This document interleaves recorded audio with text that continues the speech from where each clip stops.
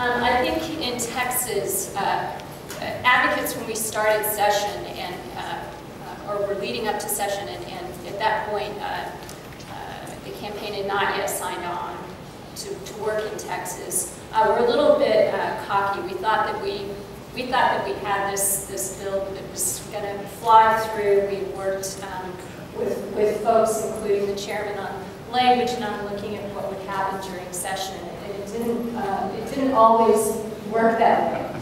And so I think one thing that was most definitely added by the campaign were resources in terms of lobbyists who can help the chairman, who can help Senator Whitmire with some of the members that may have been initially reluctant to consider some of the provisions that the bill included.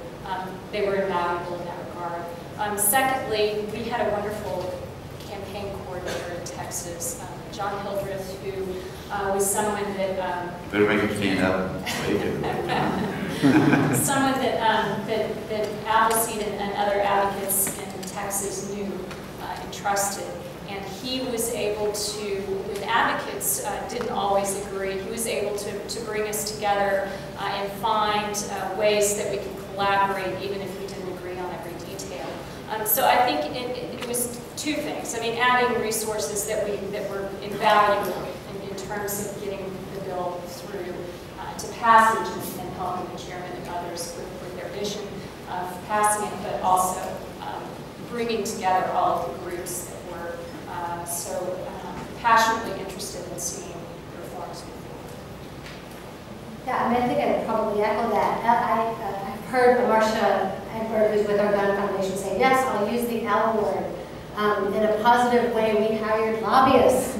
And you've heard from Jeff what he accomplished. I mean, he says it's, advocates and folks, but frankly, without Jeff and his counterpart, I should say, a large team of people would never have access to the power that was going to be the place where decisions got made, and really the synergy where it really sort of came together. And that's what this project made happen. So absolutely the resources for our lobbyists who worked, we were relentless in their taking the agenda forward. And Donald as well, we used to have somebody who knew who to call on our team, whether it was calling the lobbyists to get them to work hard, calling me to say you need something more that that provides the rationale for this, or in touch with the advocates to say, listen, we hear you. This is you need to make sure that the folks here recognize what the agenda is. Getting media together. I mean, it was just a large effort. And so Donald knew who to call when to sort of push certain buttons, and I think had us really working. Pretty loud. Right.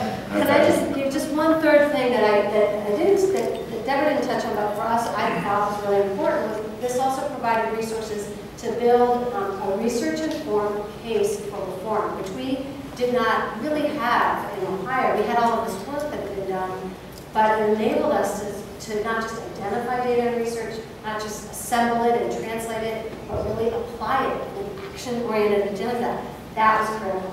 And to have fun doing it and to be able to say there's some real success at the end of the day was the one last thing I have to add, though, is it's nice of you to say all that, but I guarantee you one thing. A lobbyist and a former legislator could not have talked the Speaker of the House into saying that it's a good idea to go out and reduce sentences. It's a good idea in a bad election year to go put your members on the hook. I couldn't have done that. And if you had just handed me that ball and said, you go talk them into these changes that need to be made to reduce to restore judicial discretion, we wouldn't have been able to do it. Only someone who believed in it and didn't have politics and the cynicism in the back of their head, and you came in and you talked the Speaker into it, and you didn't do it by saying please. You talked to it by passion and by having commitment and giving it to him. And so, we're the state managers. We can coach you. We can help you say the right things at the right time, but you have to be the ones who believe it, who have that passion, and you can't just teach us and have us do it for you. And I would add, in Texas, Deborah did the same thing for me.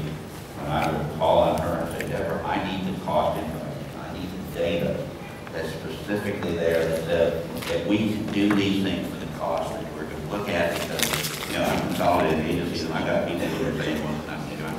is that? And where's the data that you guys have? Great job that they've done in putting together information, and he'd be back within a day or a day and a half.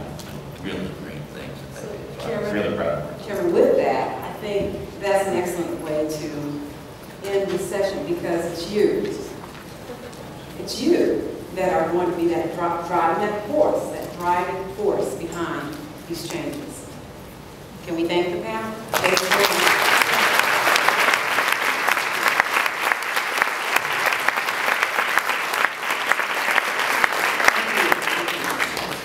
So the workshop sessions will begin shortly, and we have refreshments for the break outside.